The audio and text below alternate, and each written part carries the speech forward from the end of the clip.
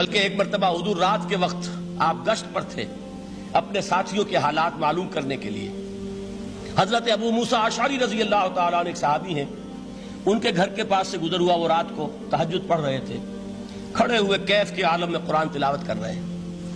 حضور کو بہت پسند آئی ان کی قرات، کافی دیر تک وہاں کھڑے سنتے رہے۔ وہ اپنی کیفیت میں نماز میں تہجد میں قرآن کی تلاوت کر رہے تھے، اور ظاہر بات ہے ان کے گھر ایکڑوں میں بنے ہوئے نہیں تھے، ایک ایک کمرہ، ایک ایک کوئی حجرہ، ایسے ہی تو گھر تھے نا صحابہ کے، لہذا حضور پاس سے گزرے، آواز آئی، کافی دیر سنتے رہے۔ اس کے بعد آپ تشریف لے گئے، صبح فجر میں ملاقات ہوئی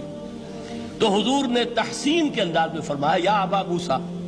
انک قد اوتیت مزمارا من مزامیر آل داؤد، اے ابو موسیٰ تمہیں تو آل داؤد کے سازوں میں سے ایک ساز اللہ نے عطا فرما دیا ہے۔